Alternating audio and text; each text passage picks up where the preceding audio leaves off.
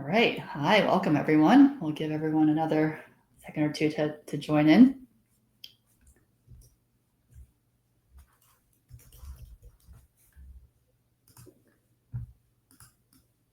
David, how's your Friday going so far? Busy morning? Well, it's a loaded question.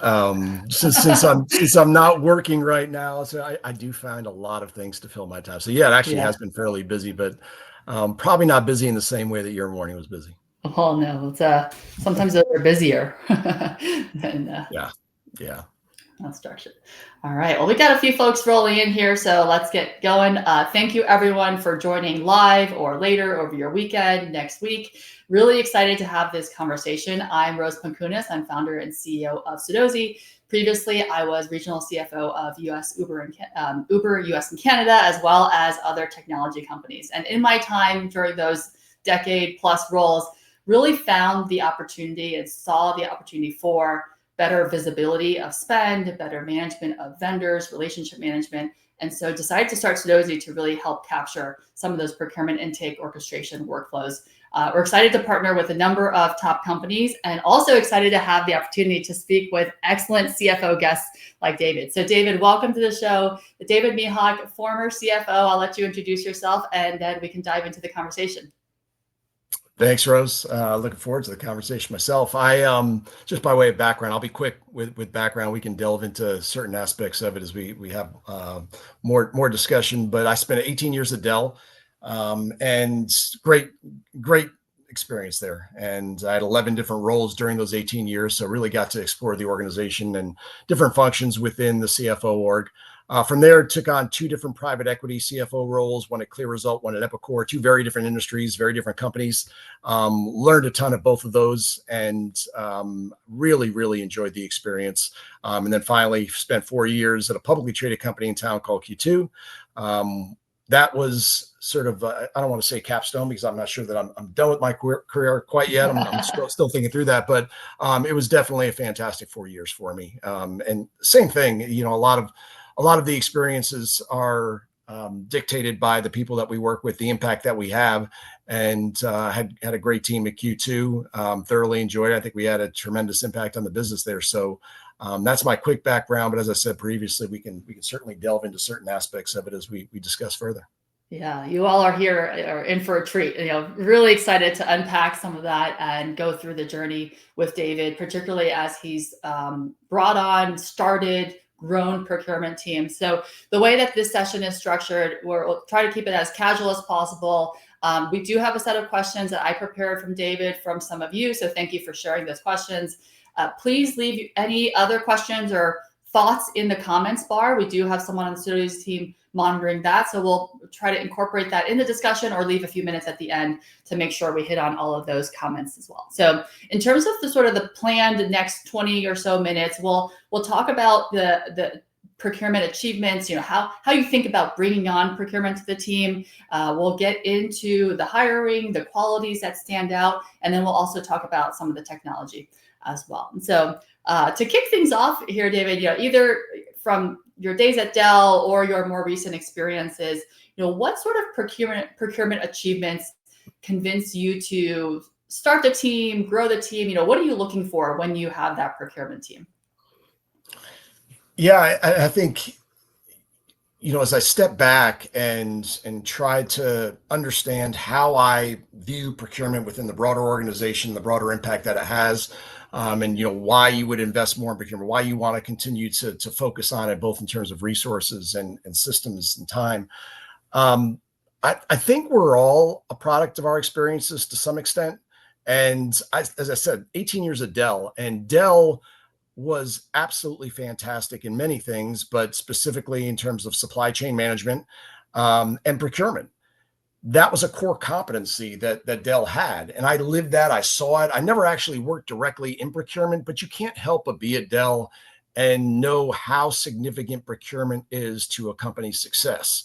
So that was the jumping off point for me after 18 years and, on to Clear Result, where very mission-driven company. It was focused in the energy efficiency space. And we knew that there was opportunities across the organization, and procurement was certainly one of those. I'm a really simple person, Rose, very simple, quite frankly. And I try to distill things down to the level that helps not only me to understand it, but hopefully the people I'm communicating to. And just distilling down, why procurement, why it matters, why you would invest in it as a company outside of investors, and investors can come in many different forms, so I'm not going to go in that direction right now, but there's two external constituents that every company has, and one is customers and the other one's suppliers. And you can certainly have partners that you work with, and I'm not discounting the importance of them, but suppliers on the back end and customers on the front end are the most critical partners that you have externally outside of shareholders. So that being the case, it would be almost foolish for me, very simplistically, to not invest in your procurement process, in your procurement organization, in your procurement resources, to make sure that you are optimizing those relationships, not quite to the same degree as the go-to-market on the customer side, but certainly making sure that you're not significantly unbalanced, because I think it's so important to make sure that you have that balance. You're maintaining great relationships, but also driving great financial outcomes, great product outcomes, great solution outcomes. And you can only do that with a good procurement organization. So, you can talk about different ways to look at ROI, different ways to go in front of a board and try to defend how much you're spending on procurement. And I think those are all very viable, very feasible. I've done them before. But again, at the end of the day, it's one of the two critical constituents that you have externally, and you've got to make sure that you're investing in it. I couldn't agree more. Now we just got to get you out to all the other CFOs that have not made the same proportional investment that you have in the past. No, I really, really couldn't agree more. And if you do get down to the dollars and cents, which a lot of people do in terms of the quantification, those procurement dollars go directly to the bottom line, right? They don't go through another stack. It's so funny, Rose. I mean, a lot of times CFOs are painted as with this brush of, they're the ones that are making the decisions, the big cost decisions for a company. The capital expenditure decisions are the ones that are, driving the occasional and unfortunate, headcount reductions or organizational reorg. All of those things can be true. But sometimes I think, CFOs, and I've been guilty of this in the past, and hopefully I'd never be guilty of it again, of losing focus of the two most important and most impactful things from a financial standpoint, which can be pricing and the costing side of things with the procurement organization.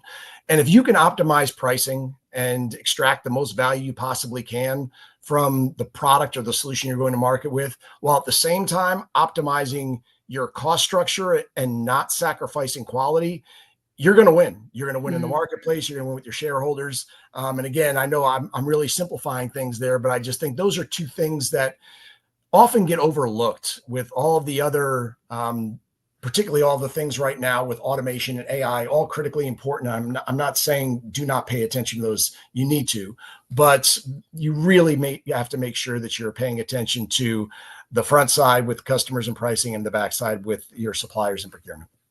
Makes sense. I'm going to flip the order on you a little bit and swap the bullets, because you are talking about the team here, and focusing on the customers and then the suppliers. How have you thought about, you've been in later stage companies, earlier stage companies, how have you thought about building those teams, whether it's expanding or building from scratch from a procurement team?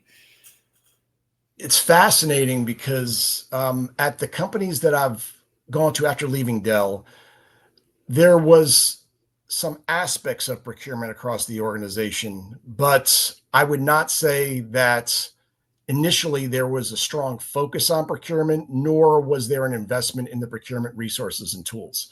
And at every company, those three companies I talked about, Epicor, Clear Results, and Q2, we made a very concerted effort and a very focused effort on ramping up those organizations and making sure that we were evangelizing the impact that they.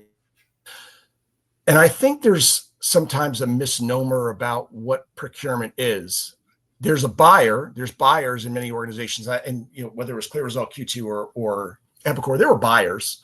And those are really important in an organization, and they have really important skill sets. But that's just one of the important aspects of procurement and strategic sourcing.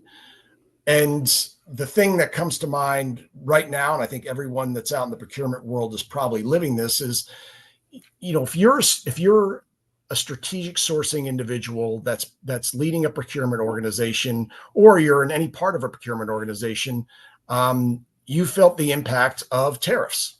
And in my mind, somebody that is overseeing procurement from a strategic standpoint is always thinking about that supply chain and always trying to understand what's the optimal mix of global. Do you have multi-vendor? Do you have single vendor? Are you single threaded or not? And making sure that there's constant touch points with those suppliers to ensure the quality of the product on top of the best possible cost you can get. But that's certainly come to the forefront in the last 9 months.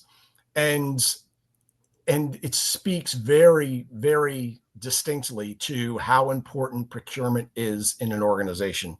And I'm really happy with the fact that, we as a team made the decision in all 3 companies, ClearResult, Epicor, and Q2, to make those investments into procurement, because I think it did have an impact for sure after the implementation and after starting to get some momentum.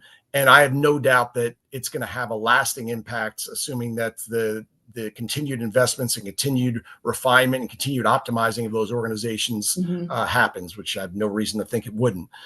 So, your question though around, what were you live first is the question. I walk in the door in any of those roles.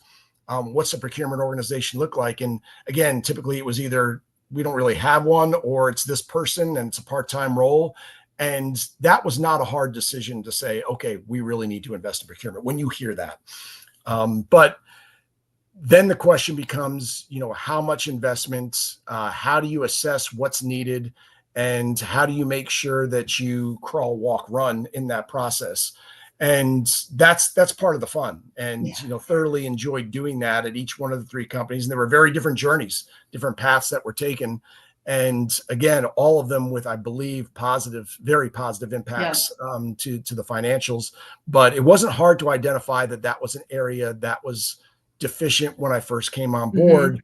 And again, the teams and I identified that it was something that needed to be invested in. And it wasn't that hard for me as well to get board buy-in and leadership team buy-in that these investments could have a necessary return. And it's not just about the cost. It's also about the quality. Makes sense. Totally. And that's great. So you've got the leaders, you've got the right folks on the team. Now, could we dive in a little bit on just how your part of, or what the org structure looked like, and then your part as a CFO of facilitating those relationships, whether it's, procurement to FP&A, procurement to accounting, procurement to legal, IT. What did that look like over the months and years as you were with these companies? A lot of times I find myself, and this is not unique to procurement, is try to identify an objective, a strategic objective, give my thoughts about how maybe we can achieve that objective, put really smart and talented people that are focused and dedicated on achieving that objective, and take away any obstacles that may exist. And that can be the organizational antibodies that come in. It could be a lack of funding that you have to move around from different functions, and then get out of the way. And when I say get out of the way, that doesn't mean that I don't want to know how things are progressing. It doesn't mean that I don't want to understand what's going on, in this case, in procurement. It means that I'm a big believer that if you do those things, the people that are running that playbook are going to do a much better job with me staying out to a degree than me constantly asking. So what I would do is typically have, weekly and sometimes monthly touch points on what the progress is on that long-term journey. And I would typically not dictate, today I want 4 slides on this, I want 2 slides on that, and I want to understand this specifically. I typically would give the organization the leeway to let me know what's important, let me know how I can help, and make sure that I'm evangelizing the team to the organization, particularly amongst the leaders, so that they're pushing it down to their teams and understand this isn't a check the box organization with procurement. This is something that is very important, not only tactically but strategically, and they need to make sure that they're messaging that. And to a person, the leaders at all three companies were very open to that. And look, everything, I'm not going to sit here and say everything was perfect along that path, but generally speaking, there was progress made on a fairly consistent basis.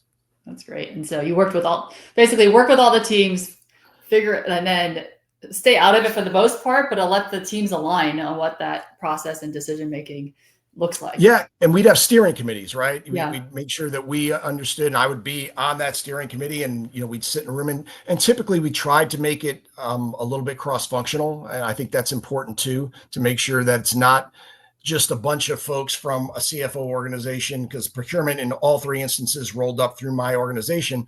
I didn't want it to be, this group that was insular and wasn't aligning or communicating with other parts of the organization. We would bring in other leaders from the organization. We'd have some of them part of steering committees. And I think that can be very effective to get that buy-in, particularly if again, that the term I used before, if those organizational antibodies exist at the outset. Mm-hmm. Makes sense. And Jeremy asked a question, which actually was another bullet of mine here. So now let's throw in some technology into the mix here. How have you historically prioritized the technology? Does anything in this AI world today change how you think about that? Let's throw some tech in the mix. Yeah. So first, good to hear from you, Jeremy. So Jeremy was the person that's took procurement and ran a Clear Result and did some fantastic things there. And I know has done a lot since. And he's one of those people I was talking about. You just find great people, put them in the right roles, and let them go. Technology does play a role. But I also think that, you have to make sure that you're understanding and assessing the processes first. And I've seen this consistently. This is not just about procurement tools. This can be about CRM tools. This can be about ERP tools. We can go down the list.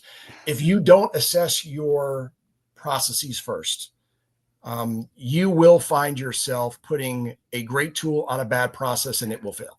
It will fail.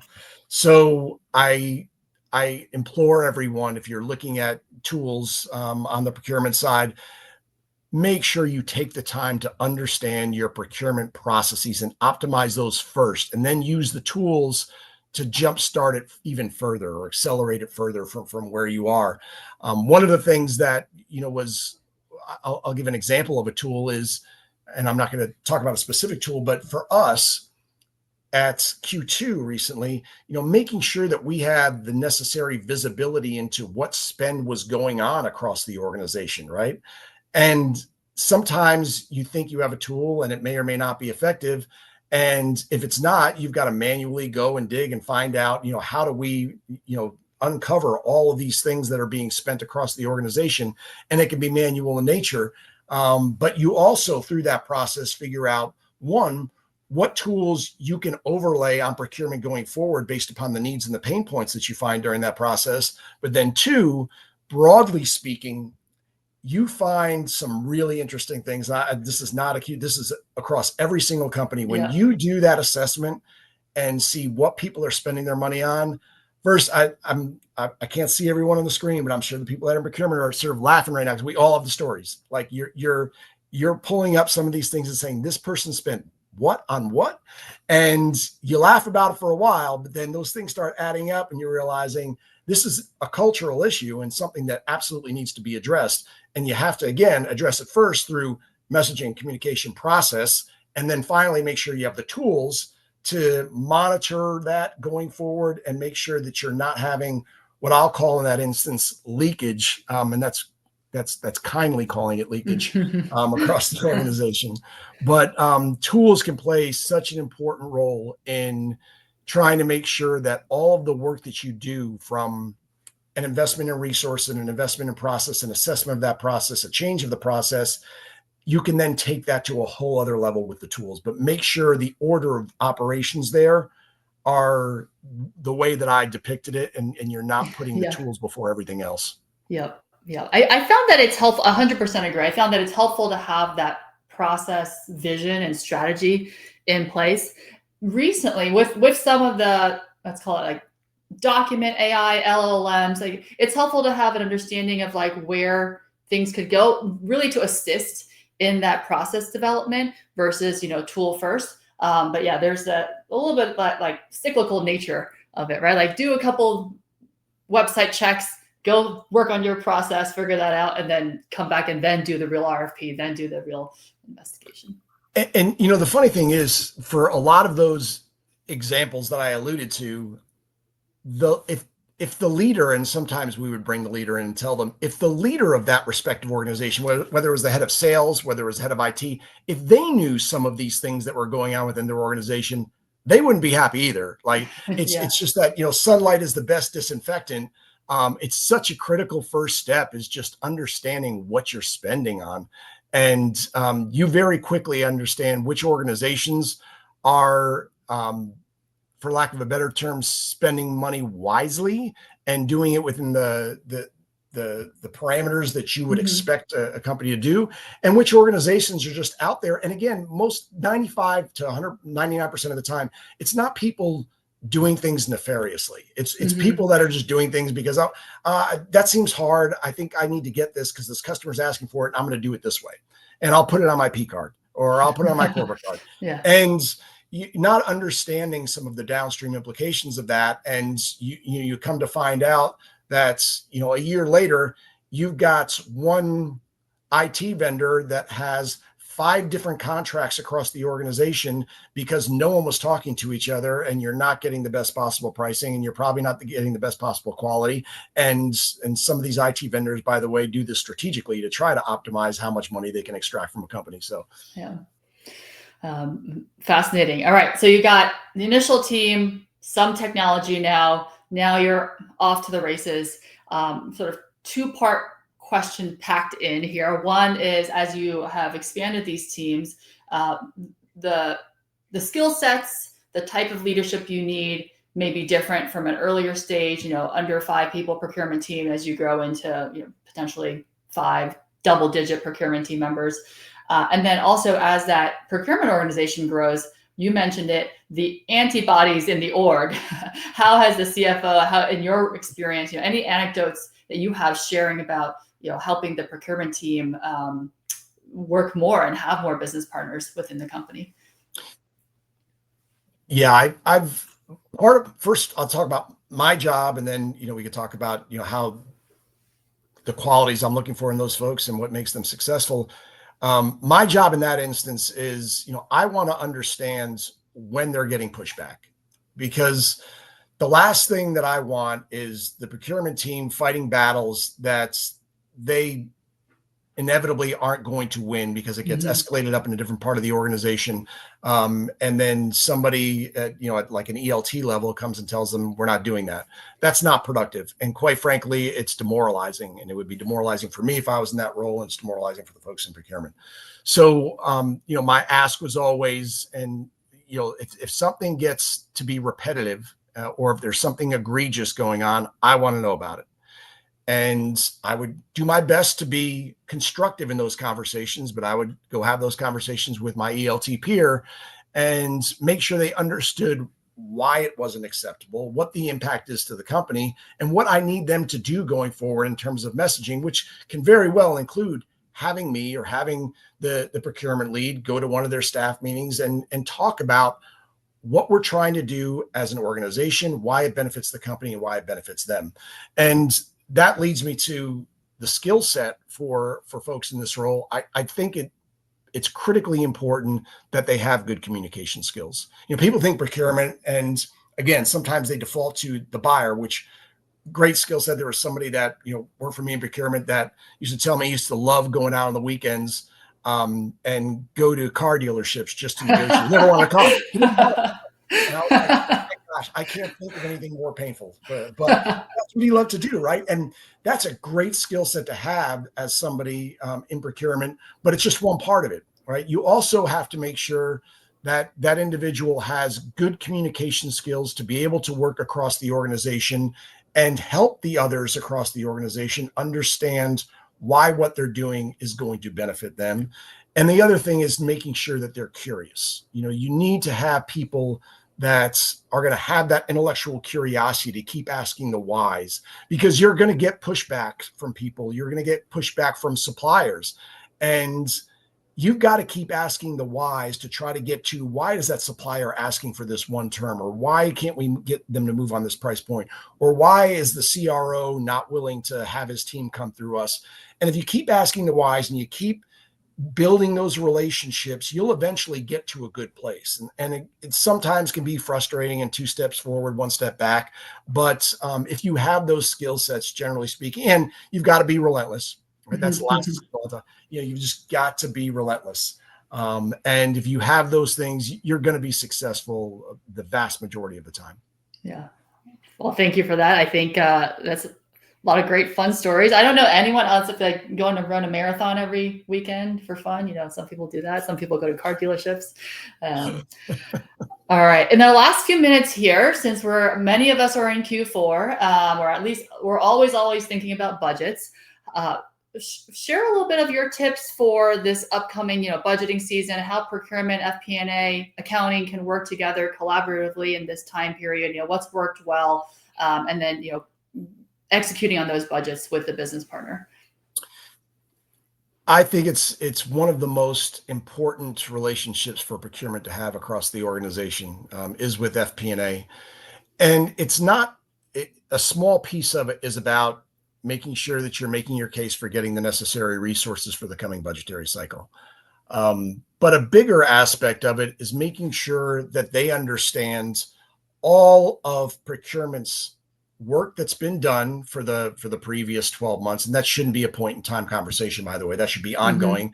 And then what the initiatives are going to be in the coming year, and what we think we can achieve in the coming year, because those are going to be variables that the FP&A team is going to want to make sure that they understand, maybe not necessarily factor into the forecast or plan, because sometimes you want to have some upside, knowing that there's going to be some key negotiations going on. Yeah. But understanding all those variables, being able to run sensitivity analysis is critically important for FP&A.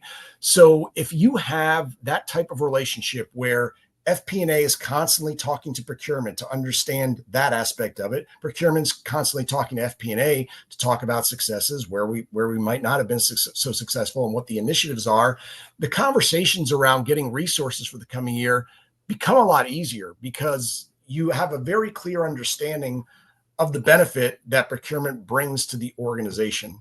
And I think it's like so many other things across a global or even a domestic company. You've got to make sure communication is at the crux. And if you have good communication and you build up trust, those relationships are going to benefit you across all kinds of different processes throughout the year, including the budgetary process, which I know everyone's going through right now.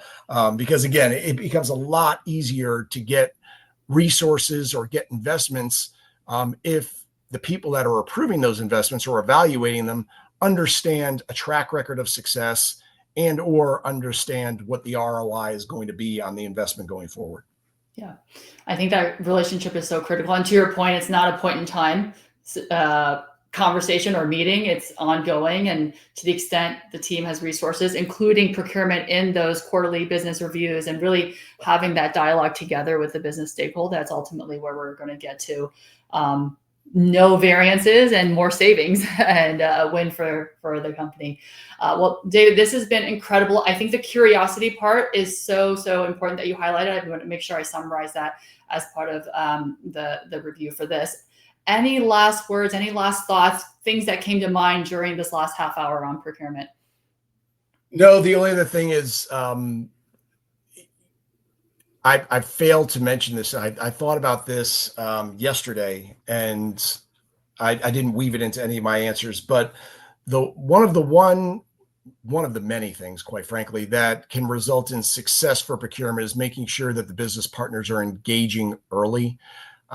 This was something that I've learned over the course of many years. When an organization brings the procurement team, sort of a PO saying, "Hey, can you just put this through the system? I just negotiated this." that's not where you want procurement to be. And that's where, again, in my job, I have to make sure that doesn't happen again. Procurement adds a ton of value if they're in the process early, if they understand the strategic imperatives for the product, for the solution, the timeline around when we need certain things. And they're a key part of every negotiation. They're not a box checker at the end. They're not somebody that just puts a signature on something to get it through a system. That I think is so critically important. And sometimes that can get lost. And I know that some of the procurement folks out there are probably saying, "Yeah, no kidding." We've all gotten those POs or contracts sent over saying this is already done. Just sign it, and that's extremely frustrating. No, well, I'll give you credit. I think you did weave it in, maybe not as explicitly, but that's the whole part of like the business review and like the quarterly check-ins. Now, point in time, definitely not getting handed an invoice and say, how do I get this invoice paid for a new supplier we've never talked to before? All right, David, thank you so much for spending 30 minutes with us on a Friday. Thank you all for watching, whether it's on Friday or over the weekend or next week. I really appreciate it. Feel free to reach out to me on LinkedIn, Sudosi, check out our page, and we'll see you next time for another session. Have a good one. Great weekend. Thanks, Rose.